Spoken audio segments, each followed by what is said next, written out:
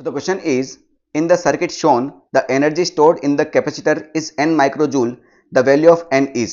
तो बेटा ऐसा ही क्वेश्चन मैं ऑलरेडी आपको 2024 में करवा चुका हूं. मैं उल्टे चल रहा हूं 2025, 24 और 23. तो ये क्वेश्चन फिर से रिपीट हुआ है 2024 में, मगर नंबर कुछ अलग था. तो कंसेप्ट तो वही रहा ना. आपसे जब भी कैपेसिटर के अंदर चार्ज स्टोर्ड पूछा जाए या एनर्जी स्टोर्ड पूछा जाए, तो आपको समझना है फुल्ली चार्ज स्टोर्ड है और फुल्ली एनर्जी स्टोर्ड है. और फुल्ली चार्ज स्टोर्ड है यानी स्टडी स्टेट की कंडीशन है, या फिर फुल्ली एनर्जी स्टोर्ड है तो स्टडी स्टेट की कंडीशन है. वो क्वेश्चन में स्टडी स्टेट लिख के नहीं देगा 101%, क्योंकि 2024 के बाद वो नहीं लिख के दे रहे हैं. तो आपको खुद ही समझना पड़ेगा.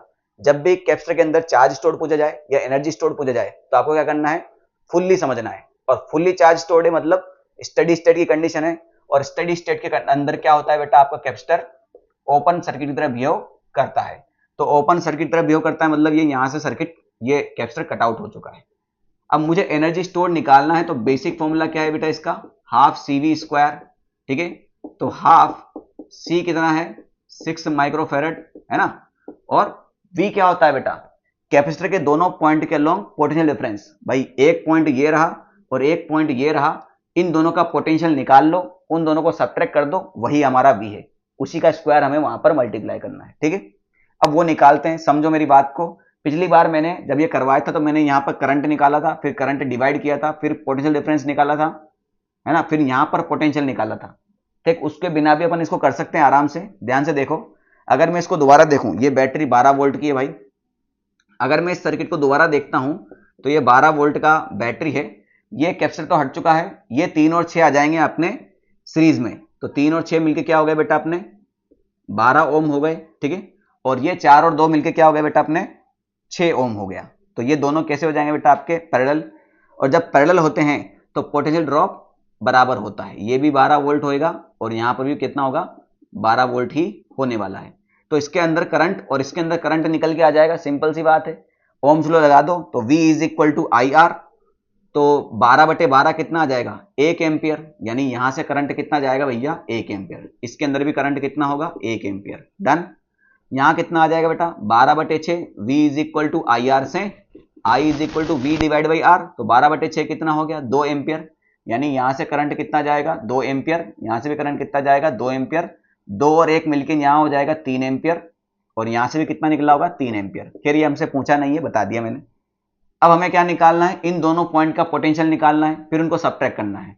तो बेटा ये 1 एम्पियर 3 ओम से जाएगा तो पोटेंशियल कितना हो जाएगा, V is equal to IR. यानी 3 इंटू 1, यानी यहां पर कितना ड्रॉप होगा, 3 वोल्ट. क्लियर हुआ. 2 गुणा 4, यहां कितना ड्रॉप होगा बेटा, 8 वोल्ट. क्लियर सी बात है. अब इस पॉइंट और इस पॉइंट, यही देखो ना, इस पॉइंट और इस पॉइंट के अलोंग कितना है, 12 वोल्ट है. इस पॉइंट और इस पॉइंट के अलोंग कितना है, 12 वोल्ट है. तो 12 में से 3 यहां चला गया तो यहां पर कितना बचेगा बेटा अपना, 9 वोल्ट बचेगा. ठीक है, सिंपल सी बात है. और यहां पर इस पॉइंट और इस पॉइंट के अलोंग कितना है, 12 वोल्ट है. तो 12 में से 8 चला गया तो यहां कितना बचेगा, 4 वोल्ट बचेगा. वो 4 वोल्ट यहां आएगा क्योंकि इसका पोटेंशियल कितना है, 0 है. तो इसके अलोंग 3 वोल्ट है, इसके अलोंग 9 वोल्ट है, इसके अलोंग 8 वोल्ट है, इसके अलोंग 4 वोल्ट है. सिंपल सी बात है. 2 गुणा 2 4, 1 गुणा 9 9. सिंपल सी बात है.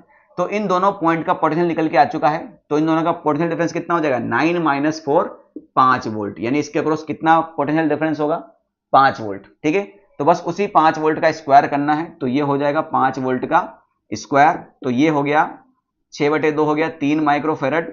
और ये हो जाएगा 25 volt square. फेरेड into volt square आपका जूल हो जाएगा. 3 इंटू 25 हो जाएगा 75 माइक्रो जूल.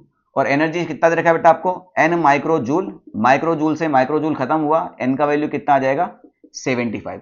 ठीक है.